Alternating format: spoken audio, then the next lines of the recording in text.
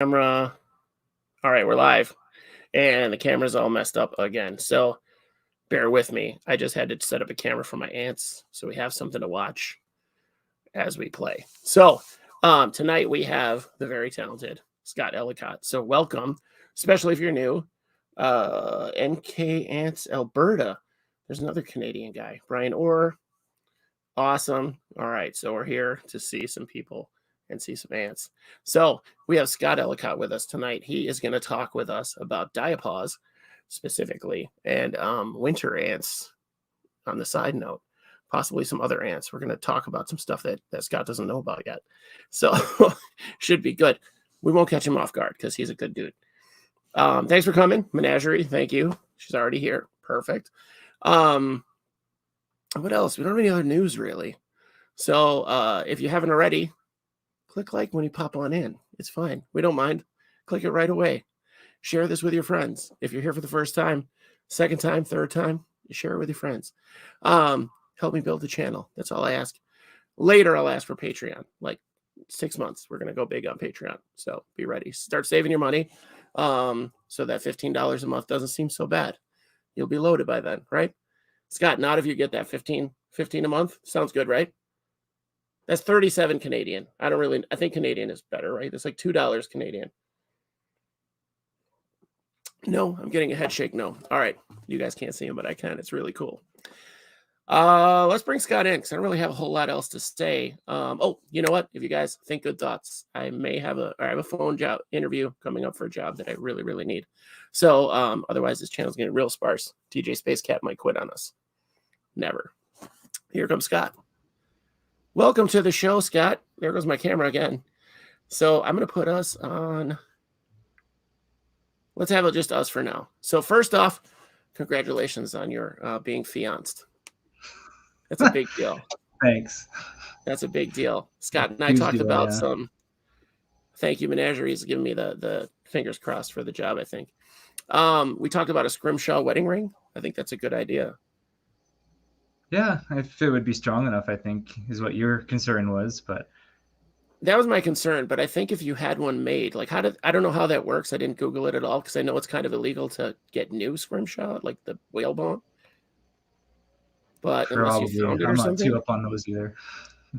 I heard it's like ivory now, but I don't know. I imagine you could get it from where they're still murdering whales. Now it feels bad. Now I just stained it. Maybe we won't go there. I think you could get whalebone from like something that washes up on the shore. I think you can buy it like responsibly, or from the natives maybe have it. What are they? You guys have the native Canadian. I don't know if they're the Eskimos, Inuits. There are Inuits and they still hunt whale, like right. I don't know. We'll look into it. We're getting into cultural stuff that we don't know about. So I don't know. I'm Canadian and I don't know that answer, unfortunately. I don't know anything about other cultures. I learned probably from a Disney thing I watched 40 years ago. You might not want to go off of that. Yeah, no, let's not build off of that. So I think a scrimshaw wedding ring would be awesome if it works. If it doesn't, obviously not. Ophi's here, or Rick from Ophi's is here. And just a side note, Josh, sorry. That NK Ants, Alberta, that's me. I have you on my phone here so I can see the live comments. Oh, well, hey, subscribe with that too, or you probably did. I did. Of course I did.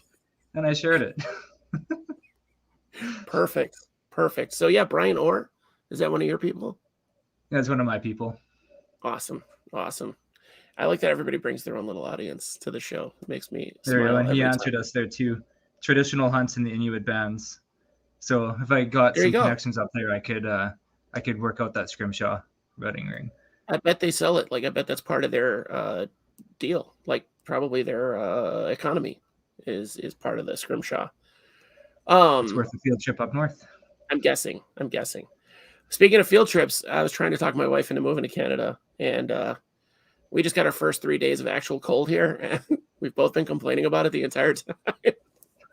And I was like, this is probably June in Canada, so I don't know that that's a good look for us. Even if we moved right over the border, wherever that, I don't know what's up there, but because you're kind of far into Canada, you're up there, right, in Alberta. Compared to you, yeah. Yeah, but I mean, Yeah, but like once you get into Canada, you're up past the border a good amount. Like it's not just like across the border. No, it's a fair distance, yeah. Yeah, and Biggs Way too, up Chris over Biggs, over.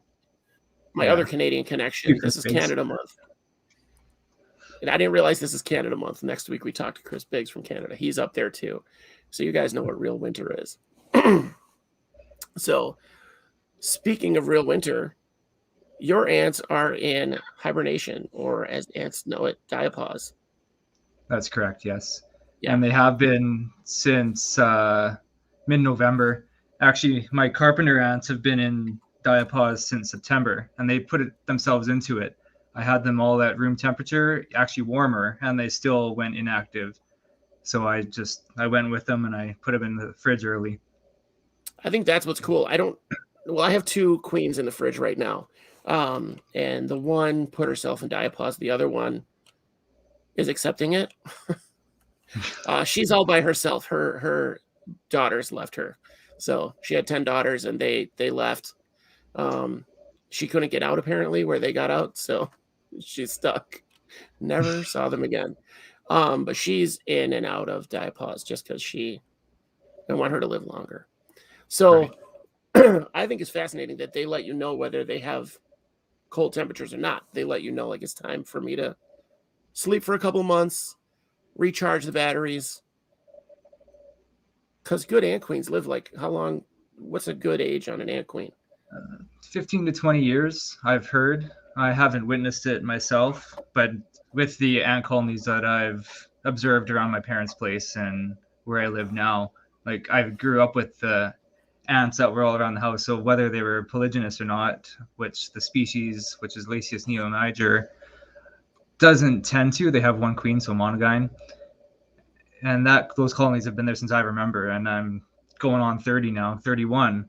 So that's pretty long time if it's a single queen. That's kind of cool. And I was gonna say I actually have one of those queens from one of those nests, so we'll see how long she lives in my care. I had to rescue her. I think I talked about her before. I'm not too sure, but we were messing around with some rocks and a nice big juicy queen, and I couldn't help but pluck her along with a bunch of her workers. One of my good friends had a flight in his yard, and he thought they were termites, so he went. He just asked me, "How do I get rid of termites?" And so he went like DEFCON 7 on them, just destroy them. Then he started sending me pictures. I'm like, those are ants, dude. I've been waiting for a flight, and you just have hundreds of elates in your yard. This is killing me. But yeah, he doesn't. Obviously, they're not there anymore. Yeah, that's unfortunate. Unfortunately, that happens, but they can be a nuisance in the yard. Yeah, sure. But back, sure. I was gonna say back to my my hibernating carpenter ant. So I'm just gonna show. I don't know how well I can get this on the camera, but they basically started clumping like this. Here, I'll bring the camera. Oh yeah, closer. You can see there's just a knot of them. Yeah. So middle of end of August. Sorry, I can't figure out my camera here. It's not gonna be very good close up. Yeah. It's not a very good camera. But that's basically how they've been since mid-August, end of September. Is you just close off their nest. They basically all go into the formicarium, and then you just close it off, and they're good to go. And they go into that state of, or their diapause. One mistake I did make, because I told you I was going to talk about this. If you're putting your ants into hibernation, make sure there's ventilation, especially if you have water reserves like this nest does. Because here you can see, even just now, the condensation is kind of building up. I don't know if you can see it. Oh, yeah, it looks foggy. From here, it's a little foggy above where that water reservoir is. Well, they're clumped up with... I had a huge issue because I had huge water droplets forming, and the ants were actually all encompassed in that water droplet. So I probably could have lost everybody. That's because I have plugs. I don't have a plug to show, but where I have this cotton, there was a plug there, and it didn't allow for any ventilation at all. Okay. So the condensation built and built until I had 2 big water bubbles of ants. Oh my God. Luckily, I decided to check on them. At least they're okay. Yeah, it seems like I lost a couple, but I think that might be from age because it's some of the smaller ones that might still be the initial nitidics for a couple of years ago. Oh That wow. we're still Okay. hanging. They live that long? The carpenter ant and the nitics live a couple years? Uh, Mine have. I haven't had a Okay. very big die off at all, and this colony is going on 5 years, and I've probably only Wow. lost about 15 to 20 ants. That's awesome. My setup, I Yeah, have no and idea how many I've lost. I have no idea how many escaped. I have no idea how many are still in my potted plants. yeah, my They're colony is still around. small, so it's kind of easy to keep track of them, I guess. I wish I could put little numbers on their back and be like, okay, you're number 15, you're number 20. It might take a minute. Yeah, easier for Um, me to sleep. right. I do like seeing the piles and piles of brood. I noticed you had, well, I could see some brood in the little like secondary pile of ants that you had in there under the Yeah, and it condensation. seems it's kind of neat. They separated themselves, so the one that's not on the water reservoir there is actually Yeah. covering the queen. So they have all their bodies protecting the queen, Okay. and then the other one, and it's completely separate as the brood. So I thought that's kind of neat behavior. And so far, the carpenter ants are the only ones I've seen do this. All of the species in the genus up here, anyway, I've witnessed that. Okay. Unfortunately, they're the only guys I have left that I haven't sold off. I mean, that kind of makes sense because the brood would be more nutritious, and the queen, you could live without the brood, but not without the queen. Colony True. death. Yeah, So, no. Yeah, I think the bigger, like the soldiers, the majors in the Camponotus, they're the ones yeah. that are more around the queen too. So all the heavy hitters and the bigger ones are around the queen, and you can't even see her. And whereas it's just a handful of some of the smaller ones that are protecting the brood. Give it a So I good don't know if shake. it's kind of like a distraction. So maybe they would be first, even though their entrance is over here, and the Okay, brood's cool. all back here. You would think that the queen would be back here, but I I'm like not that too they're sure. just all on top of her to protect her, because then if anything got in there, they would eat the regular ants first. Yeah, like a Probably shield, a go for the living brood. shield. I would imagine. I would imagine Probably. brood is easier to eat. Not a whole lot of Most of their stuff is geared to eat ants. Yeah, most of their predators would go after the brood, like the wood boring beetle larvae and whatnot would go See, after the brood. Yeah. perfect. I don't even know what goes after the ants. I know jumping spiders don't.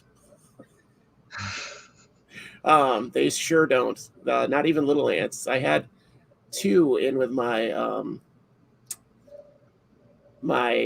fungus ants, and I can't think of the name of them. Tetra something. I can't think of it. It's driving me nuts. Trachymyrmex. Trachymyrmex. There you Was go. it Trachymyrmex? It was Trachymyrmex. They are sadly deceased, but yeah, I never ever saw them even be interested in one of the ants, and they were 3 times the size of those guys. So it's just so crazy to see what they deal with. So now diapause, like if they don't go into diapause, we try to force them not to. Like say you kept them out in the heat, so they weren't constantly like physically in diapause. That essentially shortens their lifespan, like the queen's lifespan. That's the assumption, right? I think that I don't know that there's been studies. That's the assumption, and I would assume that correct as well. Just as this kind of gives them a break. It'd be the equivalent of giving your lizards or geckos, if you breed reptiles, and that a break from breeding, because Yeah, you can stress the queen out. It does give her time to recover, even though you don't think being held at 4 Celsius or what 30 Fahrenheit for 4 months would be a break. But 30 Fahrenheit is their frozen. So it is, yeah, because they actually slow down. For mammals, it's not a good thing, but for arthropods and other creatures, it is a good thing for them because their bodies are naturally attuned to slowing down. I like that they're attuned to those cycles. Now, not all ants need it. No, like I could probably get away with not hibernating my formica, for example. I don't know if I can get them good, but they're just scattered and super active. Like they're in my fridge right now at 6 Celsius, and they're just rearing to go. I don't know if you can see. They're all over the place. Oh yeah. Really chaos going on in there. It's gotten so messy since I put them away. But they haven't left the nest. There's a nice That's Did you say just half full? casings and a couple dead workers in there, but most of that's just casings and Okay, some so they're defeated pupa. actually they were closing while they're in the fridge. Yeah, and it looks like some of the pupa that did close are actually dead, Okay. just because of the temperatures. I would think they didn't develop properly near the end. I Oh try yeah, right, to right. I try to avoid. On that note, I try to avoid putting away any of the colonies that still have pupa, just because that does happen. The people won't survive. Okay. Well, they just throw them away. Like I think Yeah. it's weird. So Hey Moon. Hey Ching. I think it's weird that they don't.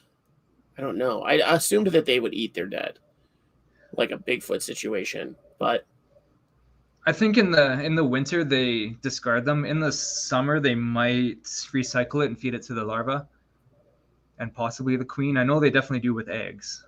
If they're running low on protein and they have growing hungry larvae and the queen, they will sacrifice the brood to refeed the queen and some of the larger larvae. that makes sense. And I've known queens to eat their larvae and eggs as well. Their brood just because it gets stressed or whatever. Yeah, and that is a problem you could probably run into as well, especially with a younger queen or a founding queen. If you try to avoid the hibernation period, she Yeah, probably would end up eating her eggs over the winter when she's supposed to be slowing down. not I've great. never tried it. I might now that I've got a good handful of queens to start the season off. I might try out next year and not hibernate some. It's worth a shot. I mean, you have 50 queens or something, don't you? Yeah, all Formica and Lasius right now. I didn't have luck at all Okay. with Campicus last year. Brian, though, on the other hand, found some and I couldn't. So he got lucky and started off a colony and has been doing pretty good, actually. I see you have a question of his up on the board there. Yeah, first question of the night, so that's good. Um, 10.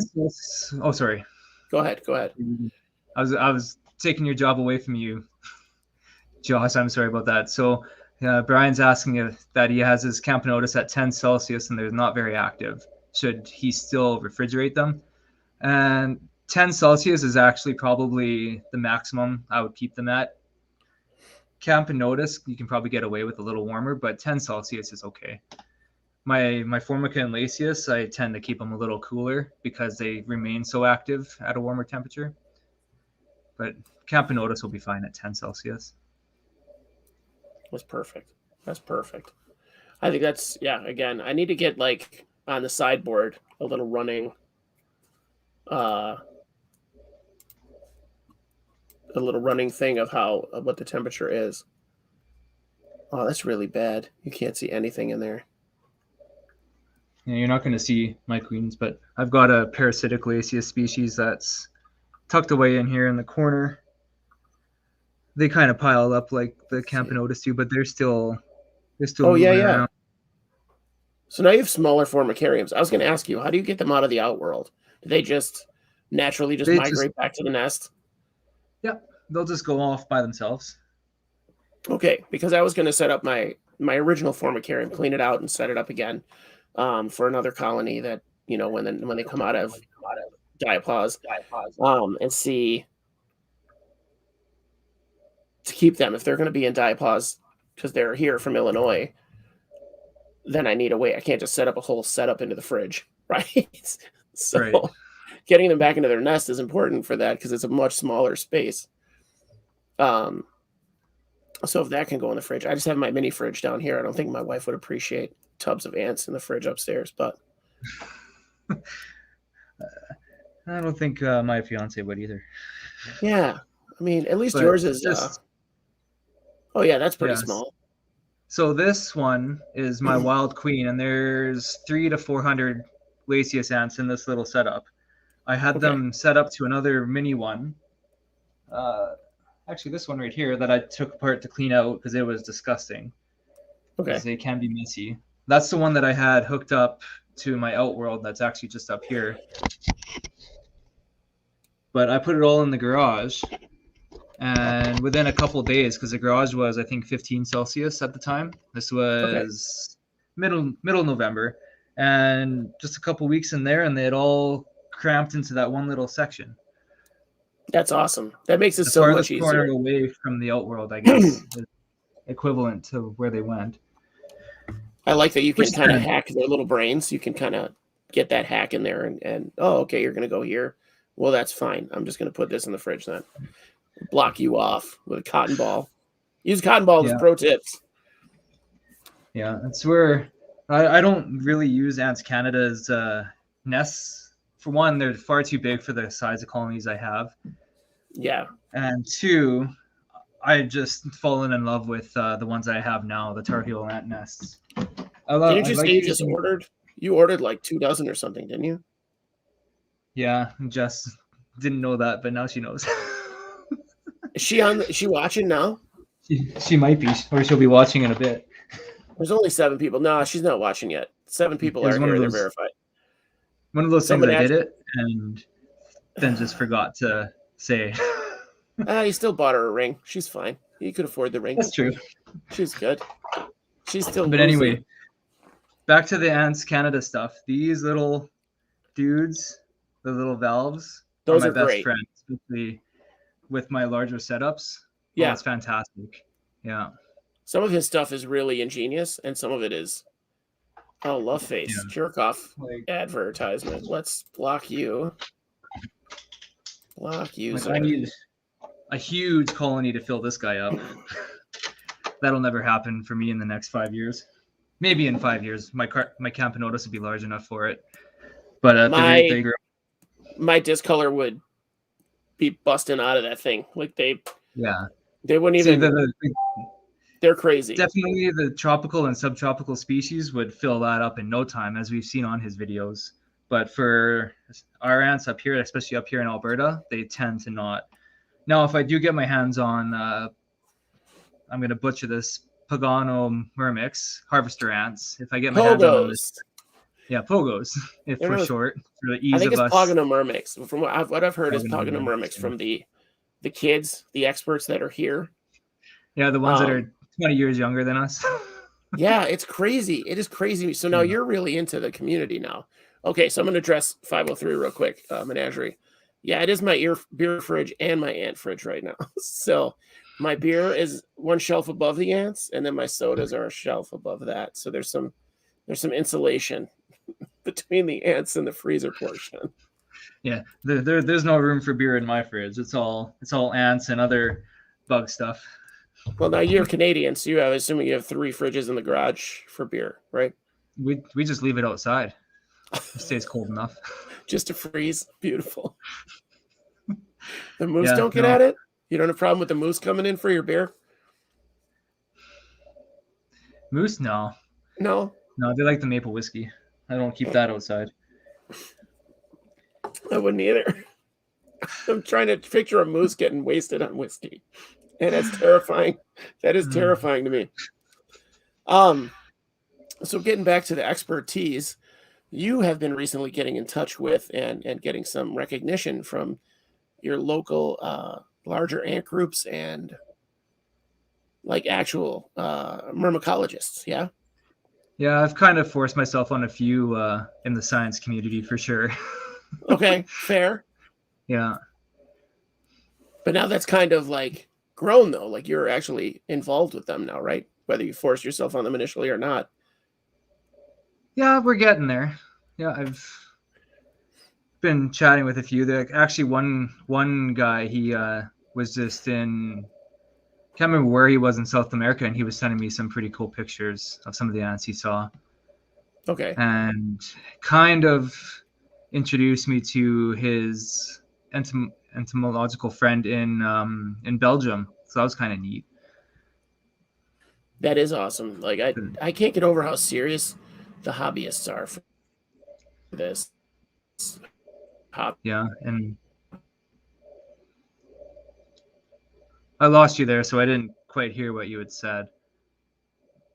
But like you were mentioning, I have kind of wiggled my way into the more sciencey side of things, and trying to make some friends with some of the guys that have some equipment and other resources that I could utilize for sure. Oh, all right. Between 9 and 10, my internet just kicks me off. I don't know why. I have to reconnect to the router. Well, at least this time I kind of caught it and I awkwardly talked rather than just awkwardly showed my aunt off in silence. See, that's why I like having people getting back. better They at this. know. When I have people Getting back, they better. can accommodate for my failures. It's perfect. Yeah, it is pretty cold here in Menagerie. I do feel kind of frozen. So I have my beautiful cardigan. My hair is perfect. It's a good day. It's a good day. Nice.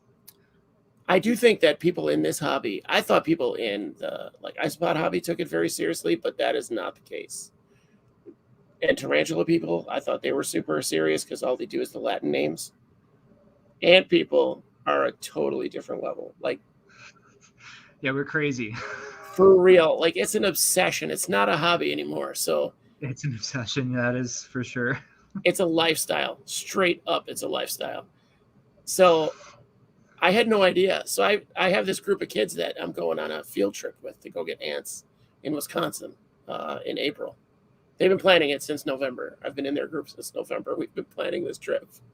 So it's crazy. There's going to be 8 guys with us, and I think they're 20 and under, and I'm 47. Going to be going with these children. It worked out last time. It worked out pretty well because I told the lady whose yard we invaded that I was their teacher. I was their entomology teacher, and they were like working on a project, and she was like, "Oh, okay." Like, I was older than the lady. We were invading her yard. She was like, "Oh, I guess. All right, whatever." And it worked out really well because she was like looking at. She's like, 3 dudes. It's during the pandemic. Like, you all have masks on. Like, I don't know. And I was like, "Here's the deal. Here's the deal, lady." And they're both of the guys I was with are looking at me like, "Dude, you're gonna blow it. You're gonna blow it." I'm like, "No, I got this." But they take it so serious. It's crazy.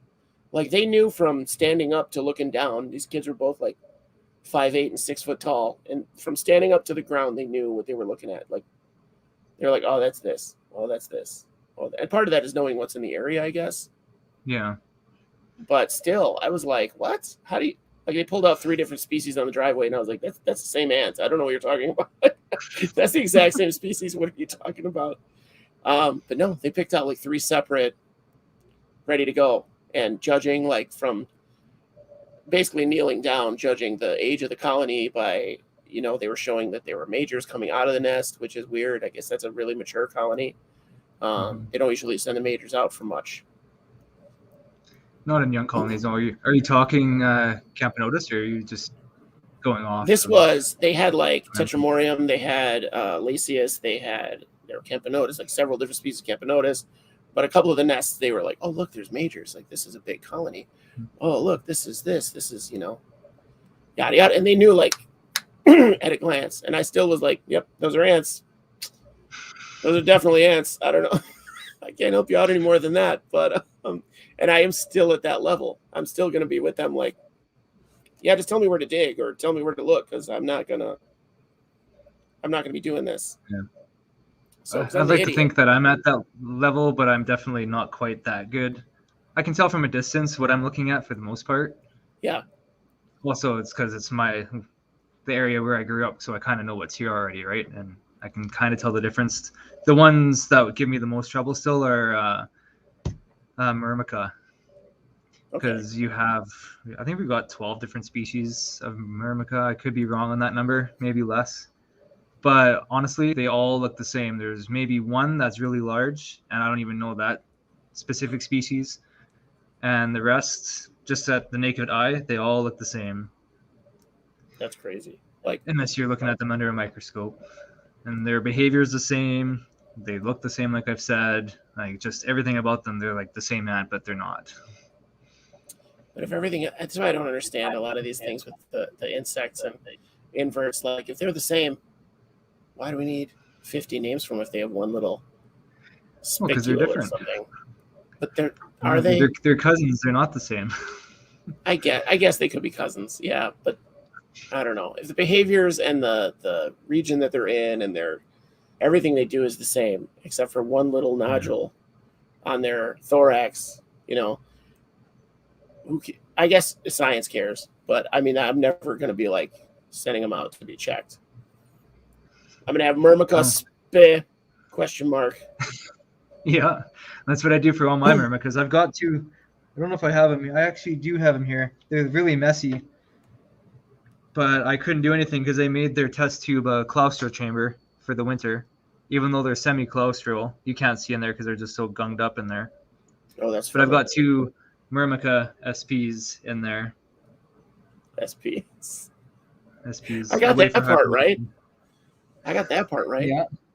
So we just had an entomologist pass away. Is that what I saw? There E.O. was Wilson? actually, and he was big in the myrmecology field. E.O. Wilson, yeah. See, I don't even know. I I'm think he was scared up to there. death. Scared to death. David Attenborough's going to die this year.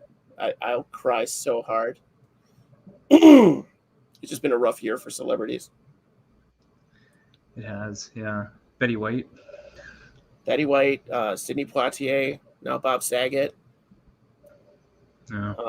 National treasures. And I feel like David Attenborough's not a national treasure for my nation, but he's worldwide. Like, if he narrated anything, I would watch it, no matter what it was. Like tax documents, I'd be like, oh, this has to be something I need to know. It's like David Attenborough for me. I rewatch his documentaries all the time, especially the Ant ones, but may be biased on that one. But That's what I was talking about. David Attenborough. That's who you're talking about, David Attenborough. Okay, sorry, Yeah, I might have missed you say his name, but that's okay. I thought you were talking about Bob Saget or something. I was like, I don't know about him, but Morgan Freeman. I would watch anything he narrated for sure. Hi, buddy. Hi. We're talking about ants. Next week is cats with Biggs. Okay, you come visit when Biggs is on.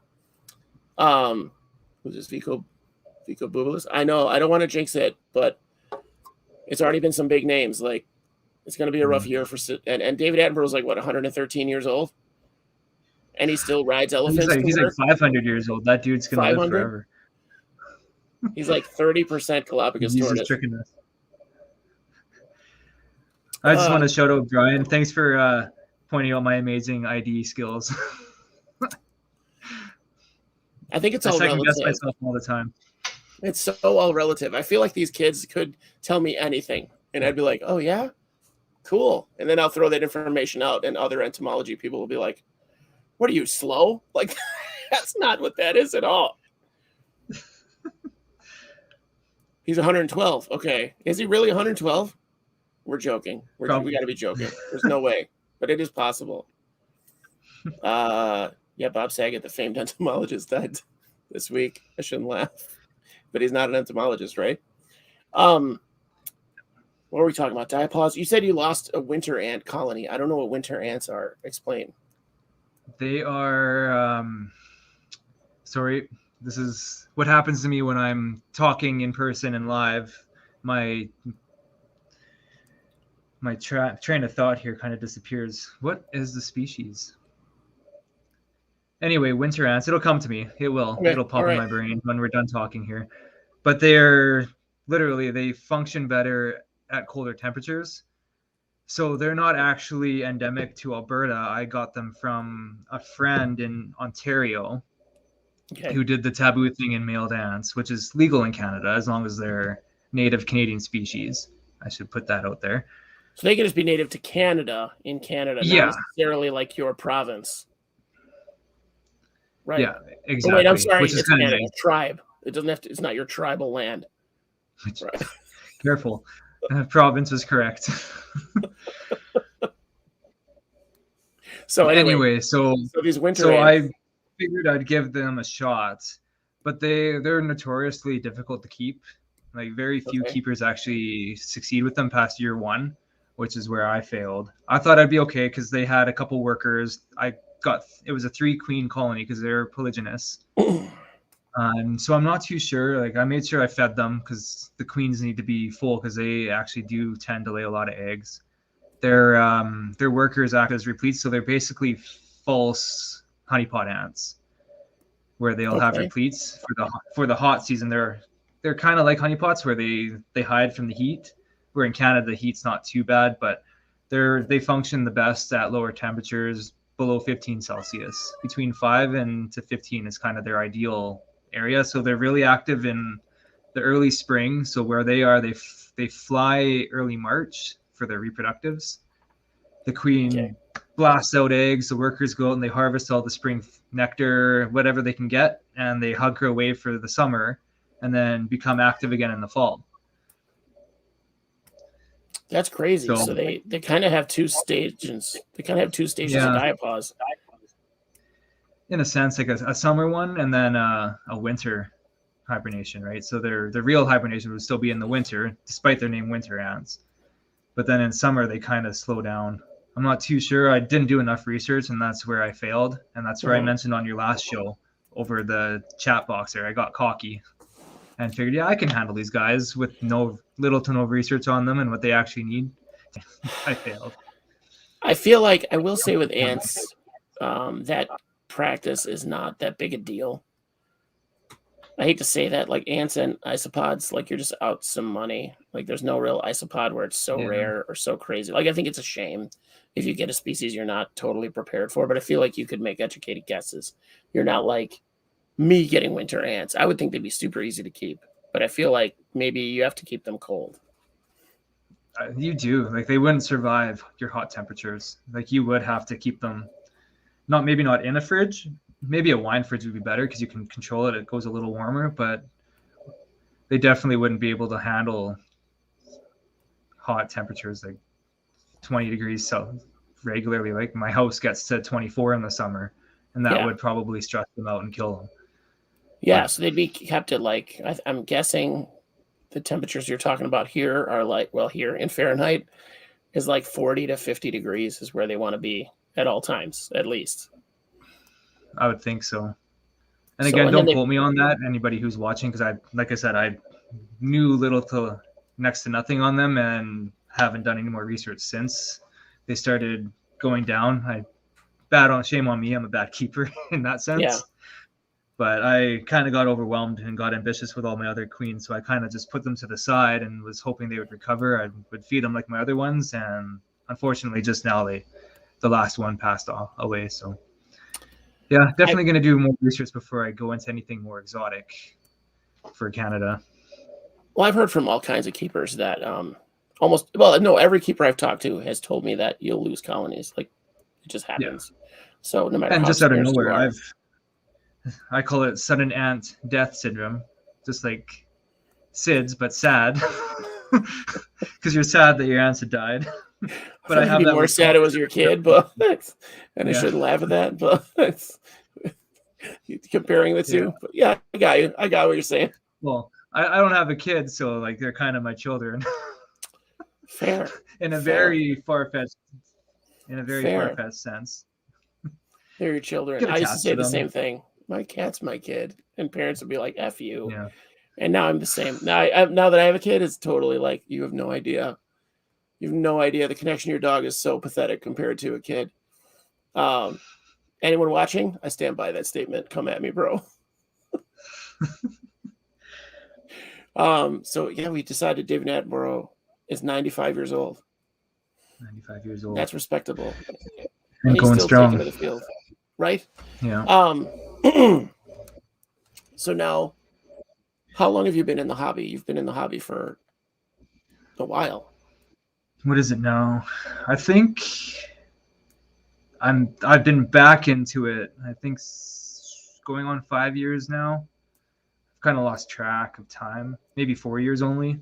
It seems like longer than that. I think 5 years. Okay. I've been back into it. I was still half invested into it when I was younger. I did a lot of traveling for work, so I kind of put it on pause. Okay. In my early 20s, and I was working a lot, so I just didn't really have time, and I had other things on the mind, I guess, at that point. So I probably would have gone into the more biological field if I was not looking at different career paths when I was 18 and whatnot. So yeah, I went on hold. I've been keeping ants almost my entire life, though. Like since I was 5 years old, I think my mom was buying me the Uncle Milton ant farms, and I was just messing around throwing ants together to see what would happen. But officially, like hardcore obsessive, it's been 5 years. Like actually keeping ants, not just like actually keeping ants. Yeah. Let's see what happens. Let's send this coupon in for whatever 20 workers they're gonna send me. Yeah, That my was mom back in never the did that day. because she was worried about them for some reason. I'm not too sure. Or maybe we couldn't because they were coming from the States, so maybe it was illegal to send the workers from the States to Probably. Canada. I'm not too sure. Could have And been. tariffs. And tariffs are out of control. It's because you guys have so much milk or something. I don't remember. I don't remember what the Canadian tariffs were about, but I remember them being about milk. And I remember them Milk being and completely lumber or something. bogus. Milk and what? Yeah, lumber. I think. Oh, I I think there was something imagine about lumber. lumber. I feel like you guys have a lot of trees. Yeah, and anyway, more dumb politics. Sorry, folks. We dabble. I'm just excited to be international right now this week. Um, I just think it's fascinating that that they know, regardless of what temperature you keep them at. I've never seen my colony, my discolor, slow down. But the other colonies that I had or have, the two that I've left, definitely watch them like, we're going to be over here, just kind of not moving at all. We're going to all be in one tight little. I mean, I have a queen with 10 workers, and she's like, still, they're all just balled up together. Mm-hmm. But they have the brood with them in their little ball, the brood and the queen and everybody. But they're in a test tube, so it's not like. And that would be why they don't have much more space. So they're probably going up towards the cotton where it's a little more moist, right? Yeah. Yeah, definitely. They're right up against that cotton. So, it is fascinating. It's kind of sad because I don't get to like check on them, and if I do, it's nothing. It's like, oh, this is my 5 minute. Yeah, Brian said his campanotas both stopped at September, like clockwork. That makes sense. Yeah. Mm-hmm.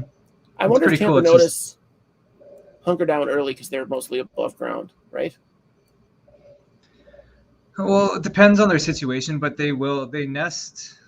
They'll have a nest expansion usually in fallen logs, which is where most people make the misconception that they will always live in wood.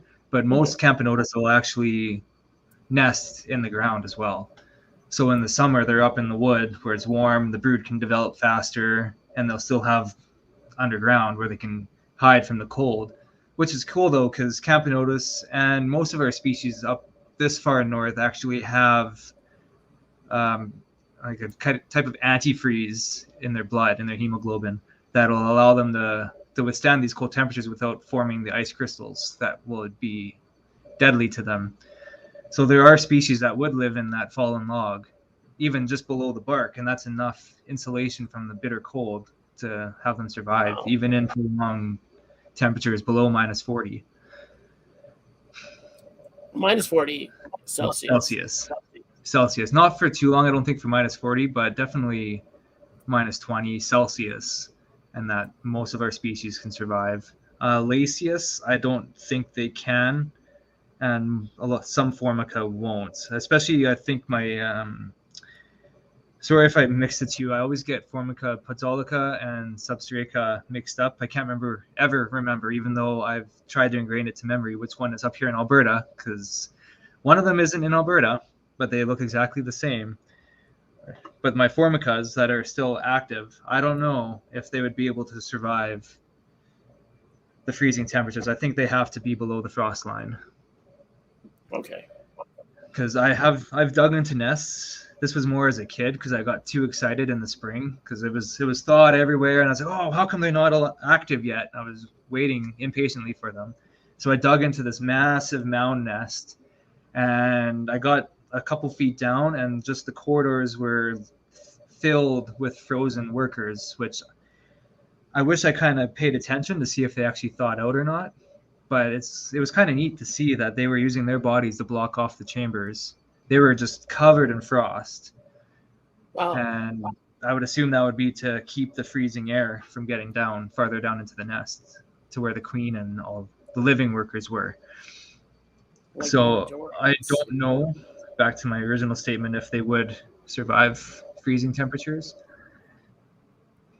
But I don't think we could replicate it in captivity, just because our cooling systems aren't regulated enough to do it a nice, easy cool for them, right? If that makes sense. Right. Where their bodies would have the time to adjust. Because if I threw my ants outside right now, well, right now it wouldn't be too bad because we're not below zero. But last week when we were in the negatives, it'd probably shock them and kill them, right? Like their bodies wouldn't have that time to form whatever they need to form in their blood. That makes sense. So they have triggers, biological triggers too. Yeah, I would think so. Sorry, I kind of rambled there. No, it's okay. Like that's what this show's for.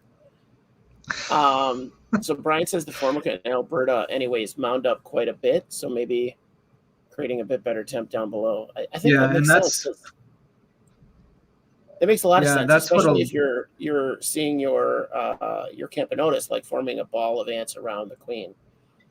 Well, there's got to be something to that, like they're insulating her a little bit, just in case. Yeah, the ball, that could be two things, right? It could be that insulation, and I would think from the predators as well. And in case something happened to the nest, say a moose or something stepped on the log they're in, I had damn moose in you, or a bear.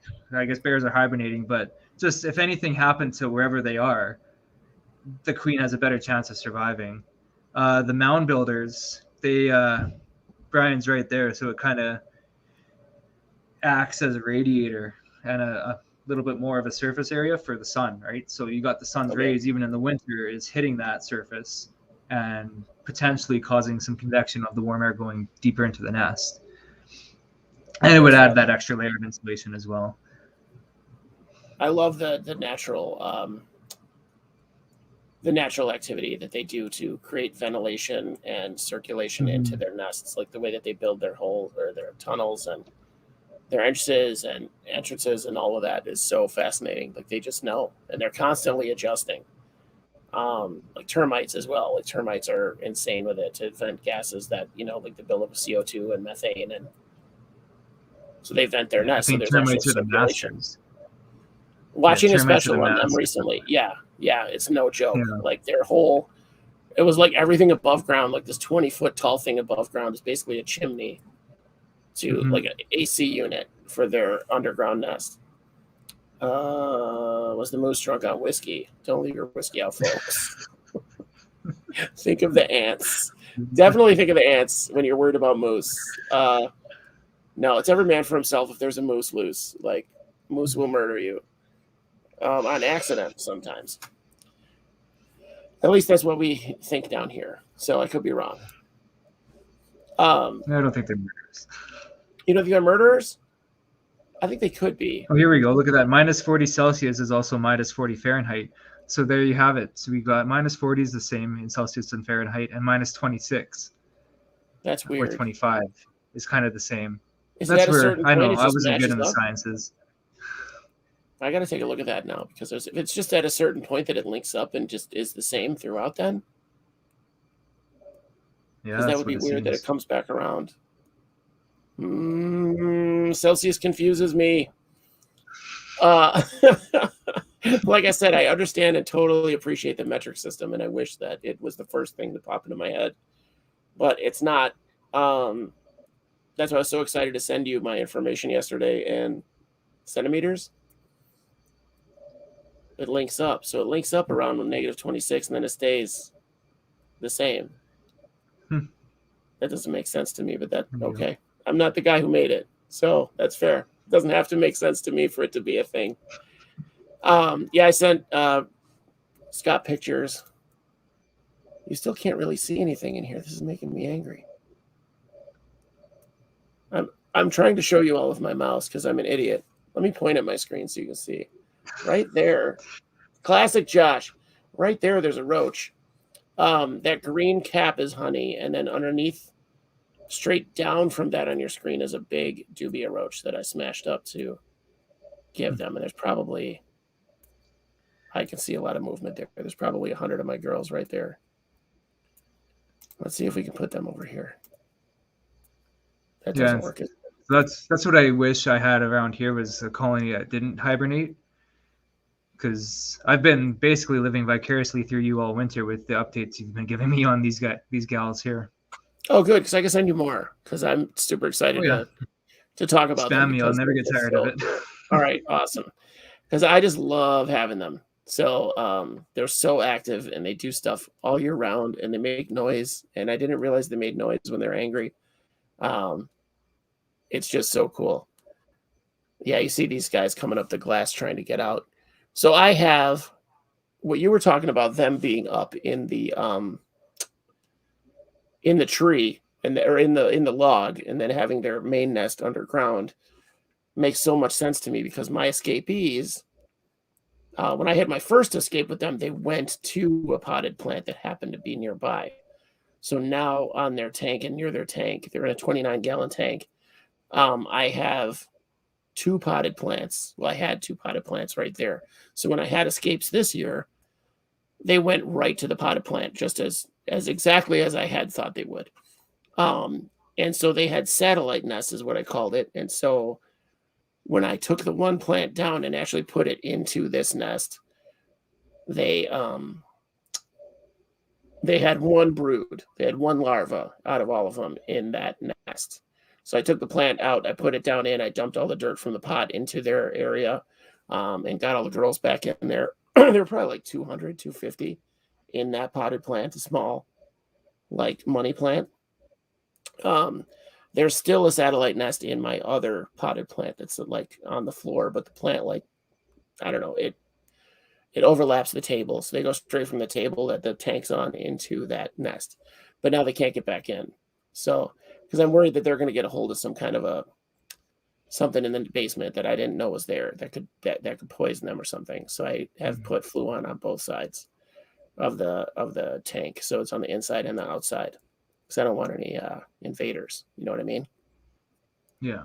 I've heard so many horror stories of people having another colony invade their ants, and somehow the smaller ants, like, well, I guess Ants Canada, like talking about that guy, Pharaoh ants is a big deal for him where he's at. So they come in and just murder colonies, and they're tiny. So I don't know how they get past the D. Is it just sheer numbers, do you think? Sheer numbers and all his cords and stuff that he's got everywhere. It's easier for them to get in than it is for his other colonies to get out, I guess. Okay. And for the nomadic colonies like that, they're just out to hunt and kill, right? So that's where what they're made a lot of keepers have issues. Up here in Canada, not so bad unless you bring in a potted plant or something that has one of these exotic almost said companies, exotic colonies in them. Those damn companies. Yeah. If it were me, I would love to have a Pharaoh ant colony. So, because I just think they're kind of neat how they work. They just travel. They have hundreds of queens in these colonies, and they non-stop. They'd be really hard to keep for that reason, because they'd always be trying to get out to keep on the move. But I feel like it would be neat to have one of those where you have the tubing, like up to your ceiling and then around on a track and then back down into another outworld and have it split off into a couple different outworlds. That might be cool, especially to watch those crazy feeding trails. Mm-hmm. Like I'm looking around your basement right now. Yeah, I'm looking around your basement right now. I got lots of wall space for that. Yeah. Look at this guy. The whole back wall. Could be one big ant colony. Yeah, right. I've got to find a good ant species. I'm going to get with you and find a good ant species for a multi-species vivarium that wouldn't damage the other inhabitants, like the reptiles. Because I heard Pogo's venom is super toxic to reptiles and amphibians. So yeah, and they're quite aggressive too. So I probably wouldn't want to put them in with anything else. Yeah, I heard that they're very they're bastards. So like their sting hurts us, but it's made to take out like amphibian and like cold-blooded blood, like they're predators. Mm-hmm. So no good. But that was my go-to. No. I was excited to try that, and people were like, "Oh no, you can't do that. that is super bad for everyone except the ants." Mm-hmm. I like that you can see my girls running around. You can see a major running around. They have majors just doing stuff all the time. But is in your experience, are your major ants really, really dumb? Yeah, and they're not very good hunters either. They're kind of. I think they're mainly meant to stay in the nest as kind of a defense and to help break down some of the tougher food items, more so than going out and actually actively hunting and exploring. They leave that for the smaller media workers and minor workers for sure. I've has only seen a couple of my majors out, and I've only got a couple as it is, so I'm surprised they were even out. Yeah. And even with flightless fruit flies, it was like watching a blind cat chase after a bell. It's like I hear something over here, but it was actually over there. Yeah, I laugh so hard because the flightless fruit flies can kind of jump, and so as soon as Yeah, the ant goes to grab them, they're like, "Nope," and then already they're gone. gone, and the ant's like, "Wait, it was here a minute ago. I swear it was here." Yeah. Now in this tank with the crickets that I put in, I'll put in. Oh, look at this little bastard, There you go. He's cheeky. trying to get out. She's running right around the fluon barrier right now, back and forth. That was actually she's right at the spot where they were getting out, and I tripled down on the barrier right there, so there's no way. She's checking it out. She knows that's where they used to get out. Um, I don't remember what I was saying. Oh, now the crickets. I'll put in like juvenile crickets and just throw them in like 2 dozen. And Right. there's so many ants in this nest now. Like they're not covering the whole tank, but you'll see they travel in packs of like 5 to 10. And so all of a sudden a cricket will like wander into their little pack, and it's over. It's over. If they come across one scout or something, the cricket gets away, no problem. But if it's that pack, no, it's over for them. And so then once they keep that cricket down, they send out pheromones or something. Somehow they tell their sisters like soup's on, and a bunch come. Mm-hmm. That's exactly what they do. Yeah. Yeah, and then you just see the swarm descend on that one poor cricket. Both 24 lose crickets. The whole tank goes bananas. Like the whole tank is like, what's happening? We have to go out and see.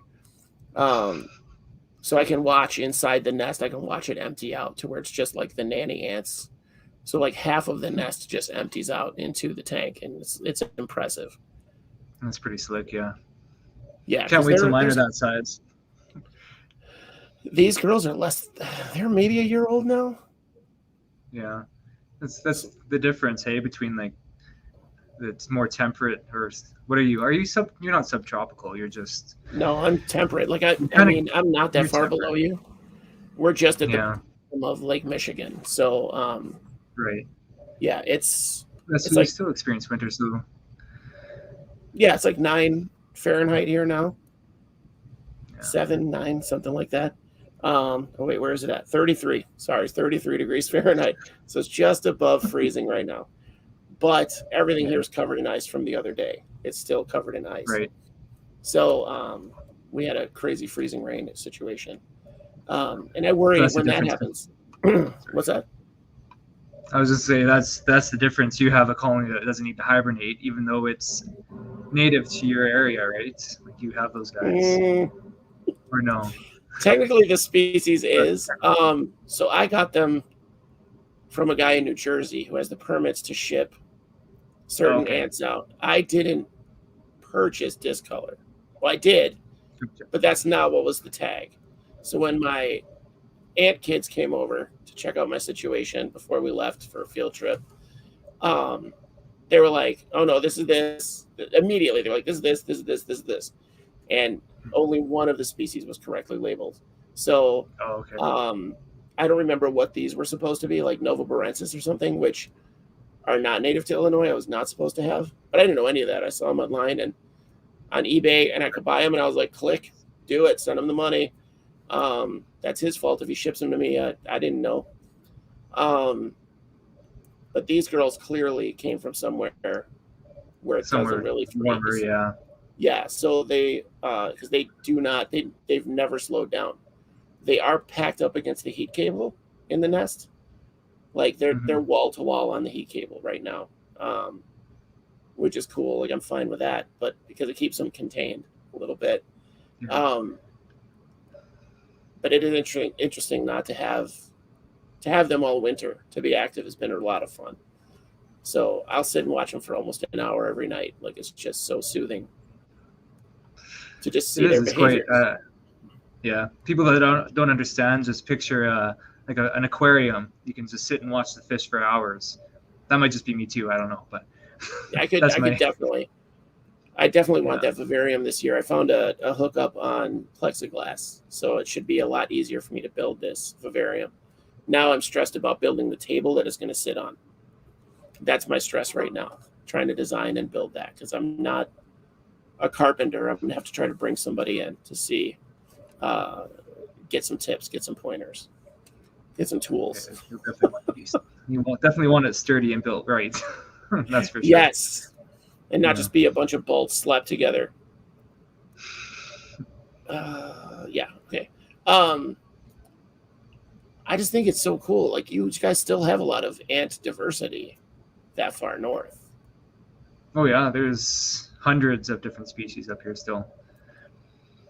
Hi Tanya. And I I'm haven't just them all. picturing their nests running like 20 feet, 30 feet down to escape that frost line. I don't know if they go that deep. Yeah, probably what 10, 15 feet, maybe 20 feet at the deepest. Again, don't quote me, but definitely whatever our frost line is, I think 2 meters Okay, that's would not have to bad then. be. So 10 2 feet, they'd be meters? fine. 10 feet, they'd probably be just fine. Yeah, So, I would or I'm think sorry, so. 3.5 meters. My uneducated guesses here. Yeah, right. Well, slightly educated. Slightly educated. I would say an educated guess. That's fair. Um, yeah, we're not here for facts. It's generalizations. I don't have any like true experts on yet. Soon, we're gonna have some big people on that know what they're talking about 100%. Um, now you have. What are you going to do with all these colonies that you have this fall or whatever? You harvested quite a few Right. queens, right? Elates. Yeah, got a little crazy this year, but you just kind feet. of get caught up. You see one, you gotta pick it up. It's an obsession. It's a nervous habit almost. Yeah, Brian just said 10 feet, so I think it's Okay. 10 feet. So I'm not completely wrong. I do know what I'm talking about for the most part. But anyway, all the queens I caught this year, I've been slightly active with my neighborhood, my city, with the help of Ants Canada's page, and just selling ant colonies to those who either can't raise their own ant colony, don't really know how to get them started in the founding phase and all that, or don't have the patience to wait a year or two for them to actually have workers and get to that point. So I've been working with a couple different groups and Facebook groups and just kind of getting the word out there, kind of spreading what I know and my love of it and my experiences and getting everyone involved. So that's my goal, is just to raise these colonies and just provide them to individuals or even like schools or other institutions that are interested in having an ant colony that may have had trouble getting one established. I feel like in a school setting that would be so cool. Like I would have loved to Yeah, have it'd be an kind of animal in neat. the classroom.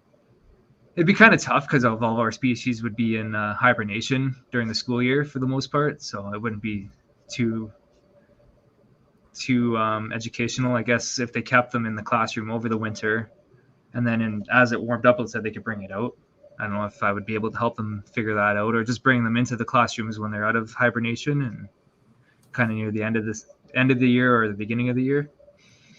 Something I've been thinking of, haven't really put into motion.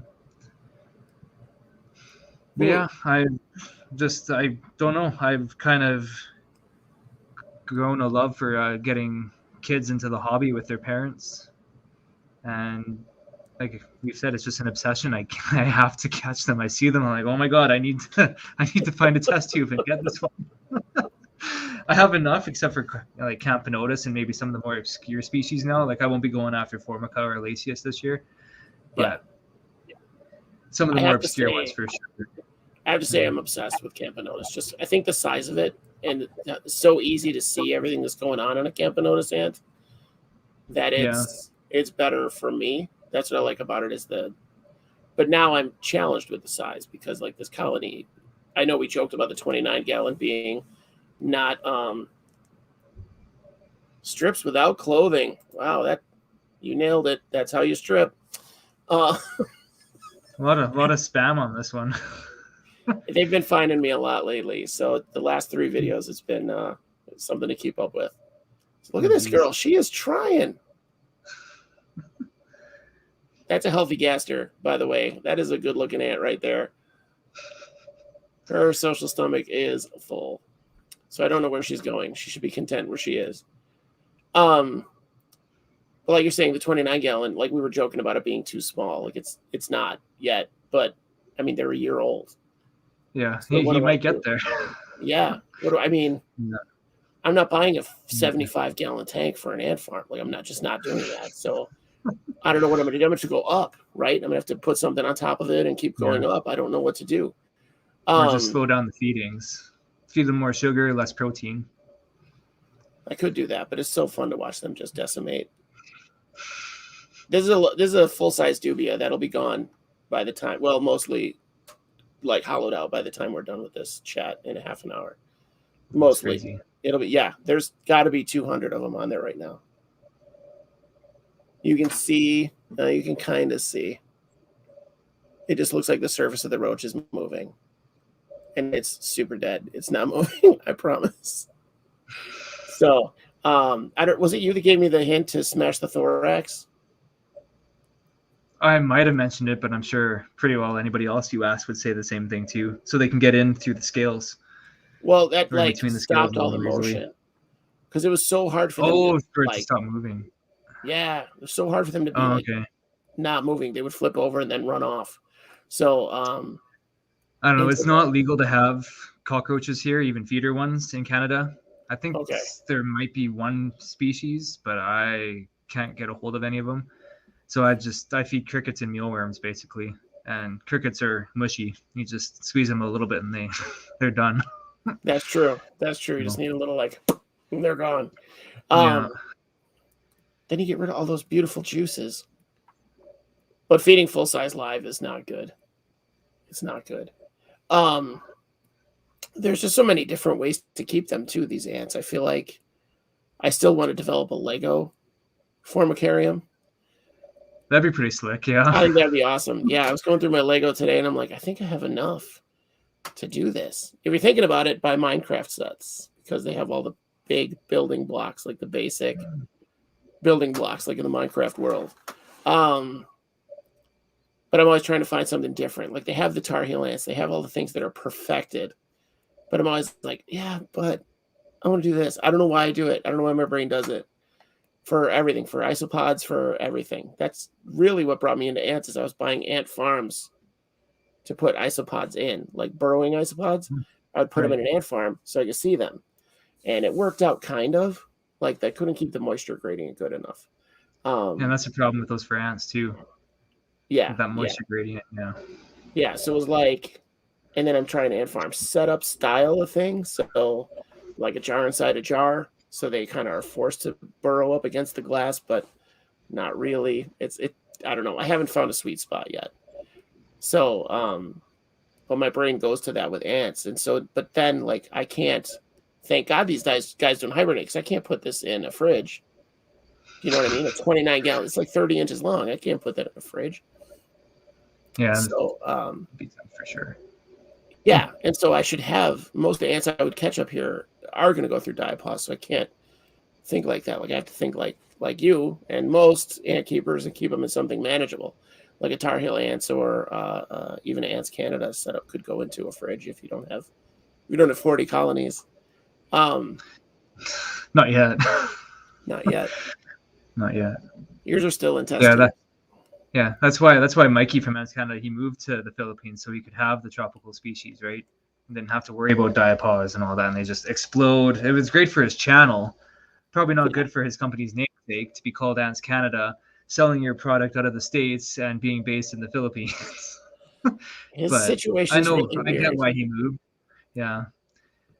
But I would love to pick his brain just because his whole situation, like he went from being all about information to now I feel like it's a lot clickbait.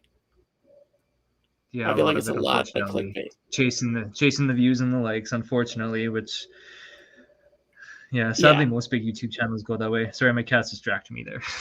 Well, mine has given up, so He's like, I'm just gonna go poop on something you like, and we'll talk later. Actually, he Yeah. doesn't really But do that.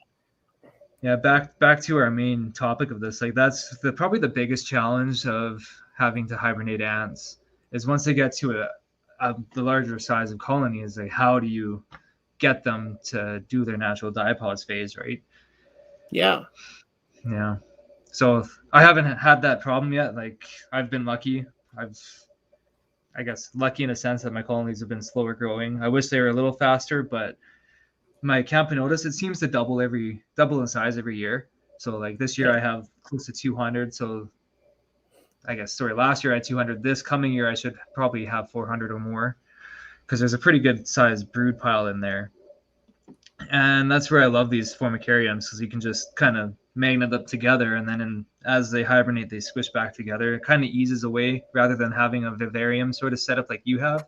Yeah, yeah, Because I can't just throw them in my garage either because it's not heated and it doesn't get too cold. Like I think it went down to -10 this winter because we had a pretty long cold snap just recently. okay. And my fear is that that still might be too cold, even with them having that natural slowdown. So probably the biggest issue up here in Canada for sure is giving the ants their hibernation period. I wonder. No, I'm just always thinking of solutions for things, and your Yeah. issue has me popping up. Like, could you put them in like a styrofoam cooler or something with insulation? Like we were talking about the ants using their bodies as insulation. Like, could you actually use insulation to keep them in your garage to where they're a little safer? Because otherwise, they would be buried underground. That's more insulation too. Yeah. Uh, Yeah. seen big colonies. And Brian's seen some big colonies in museums die off. Wonders whether they need it for survival. The definitely for the long term, right? I would yeah, say. that's the main consensus is that long term they need the diapause. It's necessary. Yeah. So, and it definitely expands their lifespan. Like there are definitely long-lived tropical queens, but Mhm. especially for the ones that live up here in the north and then in your tundra area, uh, they they need uh, a frozen or they need a diapause. They need to sleep to get their Yeah. extended lifespan. Like you said, it gives their whole body a time to just relax and take that Mhm. stress off. Stress is the killer, right? Number one Yeah. killer. Um, and like my girl here in this tank, like I lucked out. Speaking of not being prepared or doing your homework, I just was like, I'm gonna build this thing. I'm gonna put this colony in there. This is my big colony of like they started. I think when they went in here, there was like 300 of them, 300 or 400, and I was like, I'm gonna put them in a 29-gallon. They'll be fine. And oh, they were fine. So they exploded. They were like, oh, we have all this space. We're gonna take it. Um, but I didn't know. Like I didn't know that they were not gonna need to sleep. Um, it totally worked out in my favor. It was totally lucky for Yeah. me. More for them than for me, because once you have them in here, like, how the hell would I get them out of here? You know, like, Yeah. there's no You way. wouldn't. Yeah, like, even Yeah. when they die off, if they decide that they're done and they die off, like, how do I get their little bodies out of there to get new ants to put in there or get something else? Like, I don't know, but that doesn't have anything to do with it. But I'm speaking of diapause, like, I don't have to worry about it with these guys, but my other Mhm. two, if they start to kick off, which they probably won't, like they're going to be like yours, like they'll be very slow growing. Yeah. For the first couple of years, that seems to be the pattern I've noticed. Yeah. Yeah, because Campanotis especially, like they're larger, so they're slower Slower growing. developing. Yeah. Yeah, I Yeah. don't want to say breeding because that part's done, um, but they just have that slow pace. So having like, I think my one queen has 10, but she had an issue with some of them dying off too really early, which I don't know what happened there. Um, It's it's kind of funny how the exact same genus, the same species, same conditions, you feed them the same, right? Like everything's the same for X amount of queens, and yet you can have one that really takes off and one that just can't seem to get anything going. It's crazy. Yeah, it is. And who knows what that is? But my theory on that is that that's why they have so many elates. That's why when they have a mating flight, there's Yeah. thousands of them, right? Oh, yeah. Like a tiny percentage of those are going to live and become like full Hmm. term colonies. Otherwise, we'd be overrun. There'd be ants. We'd be covered in ants nonstop all the time, Yeah, right? we'd have more of a ant invasion than we already do on the planet. Like, I'm scared that that's going to be our biodiversity soon. Is going to be like ants and roaches and rats. Like that's about it. That's what we're going to have left. Um, Hopefully not in my child's lifetime, right? I want her to be able to see animals outside of a zoo. That would be Um, a time to be alive for sure. yeah, I see the weirdest animals in my neighborhood when she's with me. Like we saw a fox just running down the road at 10 a.m. in our neighborhood, just sprinting down the street. And I was like, was that just a fox? Like I've seen them in my neighborhood at like 2 or 3 in the morning, but not at like Yeah, 10 a.m. I've never seen one at during 10 the day, a.m. that's kind of weird. Yeah. Yeah, and just hauling ass. I don't know what it was running from or where it was going, but it was Just moving. gone. Um, and it was just so weird, just out in the open, not trying to like keep to cover or anything. But I see that with her, so I need to take her with me when I go looking for queens, when I go Yeah, looking you'll for find. nuptial flights. Yeah. My issue is I'm so lazy. I only look for them in my neighborhood. I mean, I know they happen in my neighborhood, but that's not where you're going to catch them. Like you have to go somewhere. I don't know. Most of the ones that I found recently in the fall, they were just in my backyard. Oh, okay. So I don't But have to go anywhere that was just really. Lacey's and Formica, though. I go to my parents' acreage for some of the more difficult to find ones, which I've got a few, like the Acerva, and I think I've got a Neorufibarbus. I think I brought it in from the garage in here. She's still got her wings, so I'm not too sure, which is kind of Okay, so fun. she I've might not been be fertile. she might not be, but she's still can I find her imprinted on some host Formica workers. It's kind of going to be my focus this coming year too, is just learning more about our parasitic species and kind of observing them better, because I've got a massive Formica serva super colony that runs along our backyard down a bunch of the Okay. neighbors' houses, but they satellite nest on our planter pots in the backyard. And I've been trying to raise a colony. I actually have some. I can't. It's going to be the one that I keep forgetting to look at here. Where is she? Two wings. But anyway, so it's potentially one of the mound building Formica species. So if I get them established, it'll be interesting to try to replicate that for them in captivity. I'm not too sure what I'm going to do with that. I might actually, in talking to Morris with his substrates, might try them out with that and use them as a test species for it. Well, that would be And cool. see I'm if, hoping that he can kick that off and actually come up with something to market to ant keepers because I feel like I said, that naturalistic opportunity for them to burrow into substrate is so valuable. okay, so I've got. Put I don't your know if hand I can get that. behind it. There we go. Here, I got a little manual focuser here. If Okay. you can see her with her wings there, Yeah. kind of. But that's Formica neorufibarbus, which is a type of wood ant with some host black field ants there. You can tell they're nice and chilly. Yeah.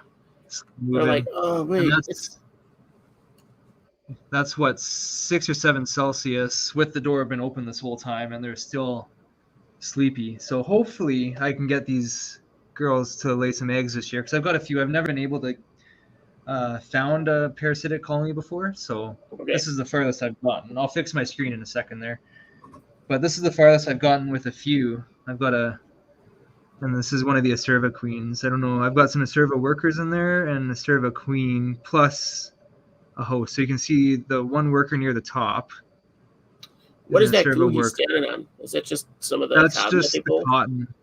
That's the Okay. cotton that they've pulled. Yeah, made their nest a little more manageable. And a lot of that black isn't mold; it's actually soil that Okay. they pushed up against the cotton. To anybody that's concerned, there is a little bit of mold forming on the other side, but again, that That's pretty normal. yeah, I'm not too worried because the water is still nice and clear. Nothing's really growing in there. Yeah. Yeah, so I'm hoping these gals kick off. just so I can kind of observe their behavior and mimic the parasitism and the enslaving that they do for other species. I started to look into those because I think that that's fascinating. I think that the whole parasitic queen thing is fascinating, but I don't. There's different versions of it, and so I think I read about one version, and then halfway through, I somehow get into a different Yeah, there's species, obligate. Yeah, there's obligate and non-obligate. Like Formica serva are non-obligate, so they don't need slaves, is what that means. but they So they're like them. perfectly fine once they're established, because they'll either they'll invade a nest and kill off their host queen and have those workers raise their workers. But once they have their own biological workers, they don't need to raid for more workers to care for their brood. Okay, so And that's obligates will non-obligate. raid other nests for their brood, and then raise the brood Yeah, to be their slaves. yeah, like Polyergus, which we have one species of Polyergus here, which are strictly parasitic. Like the colony will not survive without slaves Okay, because the workers are basically all major soldiers, and they've got scythes for mandibles basically, and that's not good for taking care of tender brood, tender larvae and eggs, yeah. or even the queen. Yeah. So they need those host workers to act as the nurser ants, and they actually do most of the foraging and stuff too for the Polyergus especially. You only see Polyergus go out on those brood raids. So they're built to murder and not to Basically, love. yeah, yeah, They're not built for exactly. love. That's so Yeah, sad. definitely So sad. my dream species to have up here, because Okay, I've witnessed one as that was like the first ant that basically got me into wanting to keep ants, because I just saw this like 1 foot by 100 foot raiding trail of these bright red ants just going from this nest. Like I'd never seen them before in my life on this nest. That's how they just stay in the nest until they're ready to raid.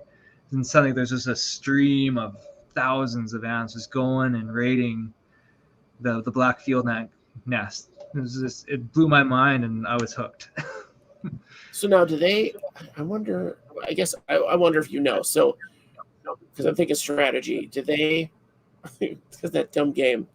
Um, would it be? It'd be to their benefit, obviously, to leave the queen alive and a bunch of workers alive in that nest and just raid the brood. But like kill as few as In possible.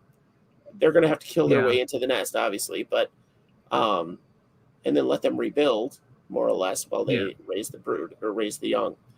But they're ants. They're not that smart. But there are. I want to say they're not that smart, but there's more advanced instinctual behavior in other animals and at Mhm. their size, like bees. Um, is that a thing? Do they do that or no? I think so, because I have noticed like the colonies they raid are Yeah. really wiped. They do get fairly wiped out. So I think they leave the queen, Okay. because those nests have survived a couple years and they're still there even to this day. Some of those nests, but Okay. there's gonna be like nothing's ever perfect, and some get overzealous or confused and they might kill the queen, and even that host nest workers might in the panic kill off the queen or the stress, right? So Yeah. Yeah. yeah, I would think instinctually they leave a queen. They probably know just with the pheromones and whatnot and their internal wiring that they need to leave that queen so they have more hosts next year or later in the season, right? It's just You like would they think can tell the so. difference between reproductive pupa as well, because I've given some of these colonies reproductive pupa from different nests, like same. So the Lasius queen pupa is almost the same size, if not a little bigger than a Formica worker pupa, Okay. and they've left that pupa alone and taken all the worker pupa, but left the elate pupa there, which is kind of neat. I'm It might have so just been like fluke, but I'm so like pissed. You can tell the difference in the pupa. Um, and well, you just if you go if I'm talking about Lasius here, like a worker pupa is a couple millimeters, and where the queen's pupa is like going on a centimeter. So it's quite pretty easy massive. that genus to know the Alasia's difference. queen is pretty massive compared to her workers. I think that would be Yeah, a cool they're colony to keep too, because so easy to tell. Like, oh, there she is. Um, yeah. my stupid discolor. the majors are about as big as the queen. So I have to look for like a hunchback major. That's when I finally saw her the other day. And I was staring at them for 2 hours, and I finally got a glimpse of her, and I was like, that's definitely her. Because I'd Yeah, be like, oh, there she is, another major. Oh, there she is. See an even bigger major. And those mothers will bite the crap out of you. I didn't realize how bad the majors are in this nest. Now, when they get on me, they want to take a piece home. Like they're not nice about it. Um, but yeah, the parasitic thing fascinates me, but I don't know that I'm smart enough to like wrap my head around it. the difficulty there is getting enough pupa to sustain the colony. Because once they get going, you will need hundreds of host pupa for some of them. Like I said, my acerva will be fine without, but if Yeah. my other ones go, they'll. Actually, I even think the Neorufibarbus might be a non-obligate, but any of the obligate ones would definitely die off if you can't provide enough host pupa, which So is where they need them hopefully. on the regular. Oh yeah, yeah. That's a lot of work. That's a lot of work, man. That's where I'm hoping some of these. That's why I got so many Formica queens, like your basic black field ant queens. Yeah. So hopefully I can kind of use them as like worker farms, basically, like slave farms, slave camps. steal their pupa for my for, for the other Formica. These are ants, people. Just for anyone watching or this hitting some weird search engine, we're talking about ants, and that's naturally how they live. They take slaves, and in this case, the slaves are a different So I'm color. hoping, because I've got some of these just black field ants in pairs. Yeah. So hopefully they will just be brood machines for me and either make some nice size colonies for me or act as little brood factories. Well, that's smart to keep To different put it ones. unscientifically. Yeah, to keep a bunch of different species or colonies together, because they'll be producing. Then you're like, oh, I'll take from this one this week. I'll take some birds from this one next week. Or you were saying that the massive Formica nest that you have in your backyard has got some plants that are some house plants or whatever potted plants that are colonized. Yeah, when we put them out, they nest underneath. They use them as satellite nests. Yeah, yeah. Do they But store brood in there yeah, too, or no? yeah, they do. So I could steal from there too. Okay, here and there. Because Yeah. I mean, I feel like if that's that big of a colony, those guys could spare it for sure. Yeah, that's what I did for my Lasius subumbratus parasitic Lasius queens. Is I've got cement blocks under my fire pit. Okay. I guess it's a fire pit. It's a raised fire pit, but it's still underneath it. So I stole all their pupa for the parasitic Lasius and some workers, and it seems to work out. So That's fantastic. Like I don't know, it's just fascinating. But again, it's a lot of work for me. That's too much work. So I want to live vicariously. I'll live vicariously and parasitically through you and your parasites. Because I mean, these girls, this one colony keeps me busy enough, but I still want to do a couple more. I'll die to get more Trachymyrmex again because that was so fascinating. And I'll definitely it's just too keep bad they them. died off. Yeah. It's my fault. Like I tried to give them a more naturalistic setup, and it was just I couldn't keep it the moisture level correct. So I either drowned them or dried them out. I don't really know because I don't know at what point they died off because they had their own tunnels and everything. Yeah. So the next time will be totally hi raw nature. The next time it'll be totally tubs and the plaster or whatever, and then when they get big enough, put them into a Tar Heel ants type of situation. Just 'cause I want to be able to view them because they're super fascinating. That fungus is amazing, and the way they build it is kind of like a little honeycomb, which is really neat because it has to have a certain humidity, a certain air exchange. It's really neat to see. And like I said, so if they have that level of instinct on one colony, why would they not have the instinct to, like, in that parasitic colony, to leave a certain amount alive? Like, we're just going to take these guys, these babies. We just want your babies, and then we're going to leave. You're going to make some more babies, and then we'll be back. It'll be cool. Yeah. And Yeah, to some extent, they do that, right? The raiding colonies, for sure. I think they do know. How else would that behavior still exist if that wasn't the case, right? Because they would just kill off everything in their local vicinity and have nothing to sustain them, and then right. they would have die off. So Because then all they would have left is like every year there'd be forming colonies, like starter colonies that they could yeah, raid, obviously. But what are you going to get? Like 20 brood at a pop, well, maybe. exactly. So yeah, David Kuzman, I'm telling you, man, this channel, I almost feel bad running this channel because there's so many things we talk about, and there's so many regular viewers that are like, oh shit, now I need dart frogs. Like, oh shit, now I need ants. Oh, my basement's gonna be jam packed.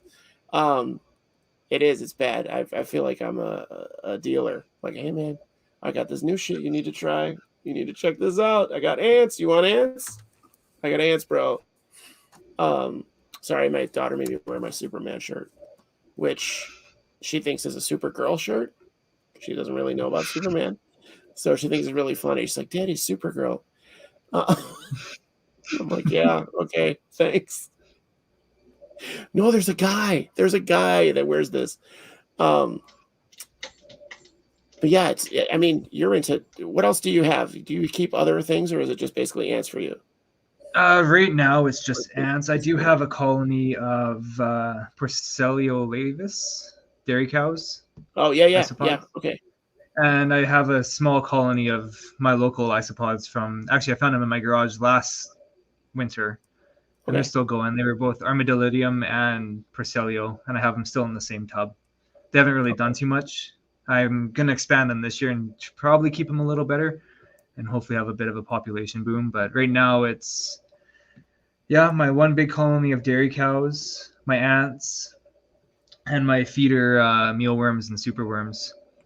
And you said your dairy cows are taking off, right? They have, yeah. I've got to change their setup because I did them in the thing you told me not to do in that critter tub or whatever. But I've been doing Oh yeah, okay keeping their humidity up. It's just been a pain because I spray them and have to like water it every day, right? yeah. Otherwise, it That was dries one of up. my first setups. Was the critter keeper, and Yeah, it literally lasted 2 weeks. I was like, but forget it. I can't. they're going. They're in here. Nice. I'm Yeah, gonna channel like Wally just too Kern. much. Yeah, too much open air there. But I've got sidetracked onto the isopods. Sorry about the noise. Some nice Oh, shallow menagerie. tubs I'm gonna ventilate and use. So Very cool. I think I would. They should be good in that. They don't really burrow that much. Um, no, I noticed these guys don't burrow at all. Even all the the the Mankai. mankey, the Yeah. mankai, they stay near the top. I haven't seen them go. The only thing I really noticed below are all the springtails. So I don't really care about them being happy. So they They'll thrive still be regardless. happy. They'll still be Yeah, happy with a thinner amount of soil. They'll be fine. What are we saying here? yeah. Everybody's talking about pods, and yeah, everybody should have ice pods. I feel like they're so easy and they're interesting. I don't watch them like I used to.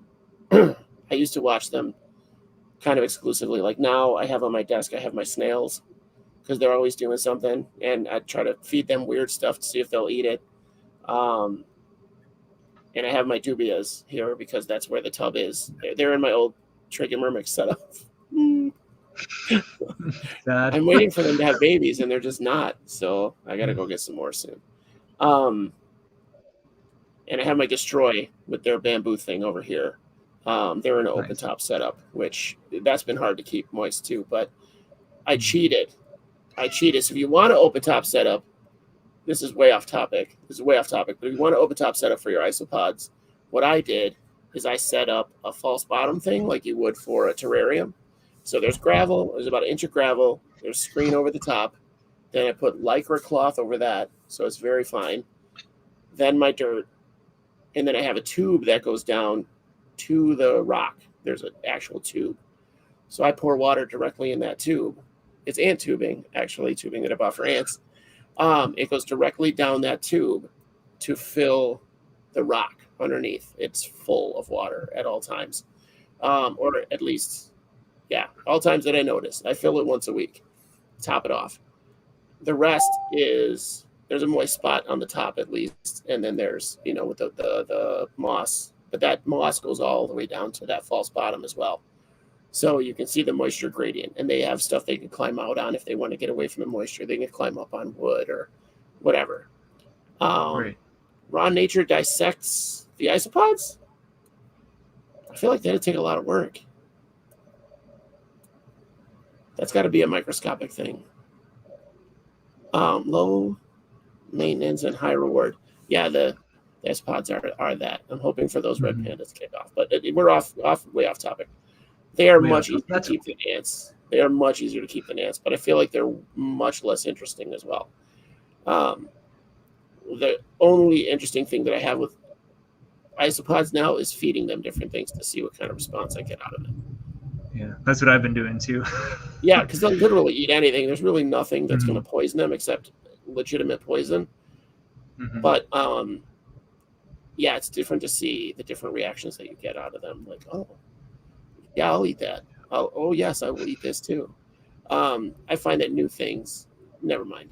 So, how often are you feeding your ants that are in diapause? How often do you kind of shake them awake to feed them?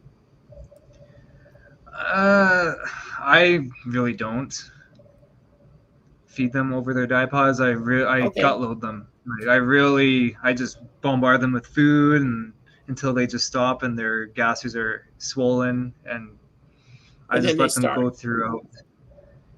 So you and then yeah, basically, because what are they doing out here in the winter, right? Like they're not out foraging and eating; they're slowly going off that. So I may get some criticism for that because I know a few keepers that take them out midway and give them a snack.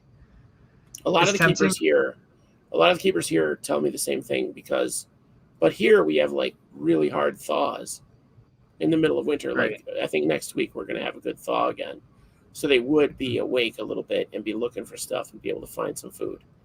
Yeah, like here this week, any of the ones that are kind of above ground in the logs, like we talked about, would probably kind of come awake. But again, they're not out foraging or anything. So right. I don't know.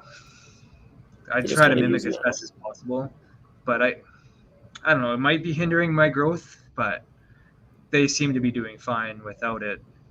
I'm happy with how fast they grow. So I feel like you're 100% right. Like they wouldn't have that in nature. So they're built to have that low metabolism during diapause. I'm gonna go smack that ant. She keeps wandering by like, I'm gonna get out. I want you to know. I'm confident it's the same one. There's that one in the ant, and then that's just a real biatch. No, I think that's a fairly educated, confident guess that they wouldn't have that. Am I frozen again, or is it you? No, you're good. I'm just waiting. So I might be frozen, but it was. I don't know who that was frozen. I'm confident that that's an educated guess that they wouldn't have it in the wild. So, and their metabolism would go down so far during hibernation for bears or other animals. Like it goes down so far that they don't need anything. Yeah, they're basically all their functions have stopped, right? They're just running on minimal activity. Yeah, like they'll sense motion, and even my Campanotus, they'll wave their antennas. It's kind of fun to, even at close to zero, I'll just, when I take it out to check on them, they'll notice a vibration and their antennas are kind of sensing the air, like, hey, what's going on? And some will actually become active at that low temperature, like they're moving like little slugs. Okay. But they're kind of just awake enough to know what's going on, see what's happening. I do bring them out of hibernation a little early, as like March is kind of when we do start getting warm and you start seeing the insect activity outside. But I get kind of bored and I bring them out in February to get them a little bit of a head start. Yeah, and then it's basically you're cut loading them again, right? Because they're just probably ravenous. Oh yeah. Okay. Yeah, I'll put out food and they'll come out when they're ready. They'll just come up and they'll start. So some will take longer than others, but yeah, that's for the most part, I start early in February. Well, Brian's saying that garter snakes don't eat from October to May. That's a longer time, And they're and larger. they're Yeah, so again, much that's bigger. it's amazing other animals' metabolisms on how they work. Well, yeah, we were just talking about Absolutely snapping fascinating. turtles. Yeah. We're just talking about snapping turtles, and like they could eat once a year. You know, they'd be not great, but they'd be fine. Not thriving, but they would live through that.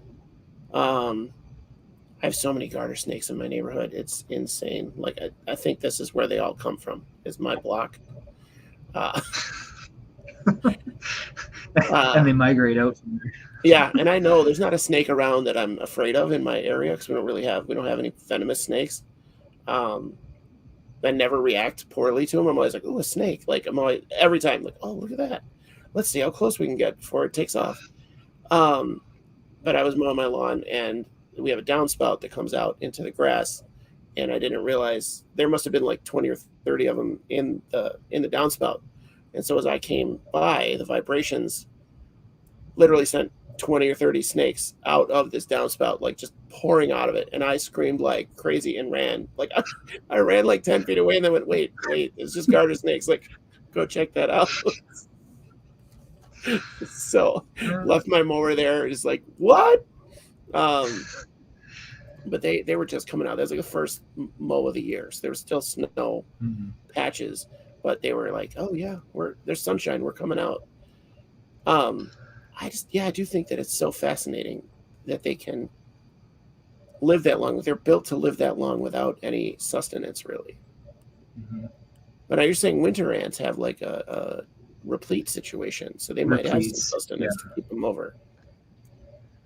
Yeah, and they're in the warmer areas too, right? So they don't go into a complete freeze. So they would stay active like my Formica. Okay.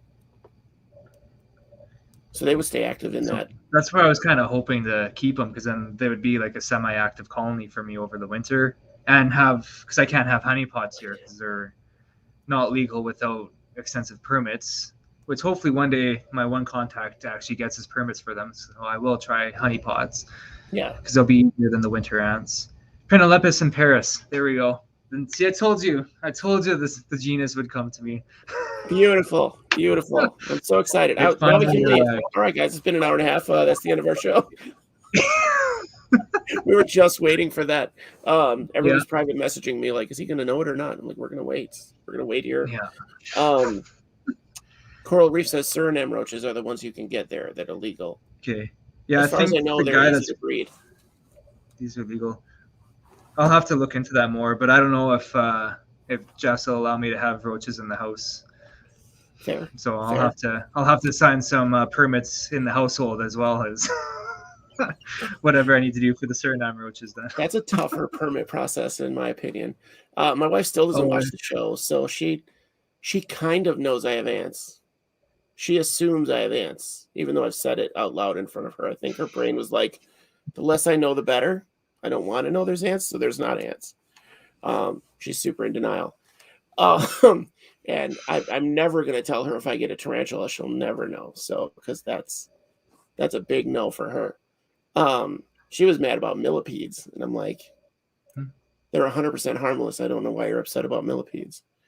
What was I going to ask? I had another question. You figured out the winter ants repletes. I don't know. It was probably about keeping illegal ants, because there's a lot of ants I don't recommend it. that I want to. Yeah, don't do it, but I want to do it. Yeah, don't do it for more than just the legality reasons.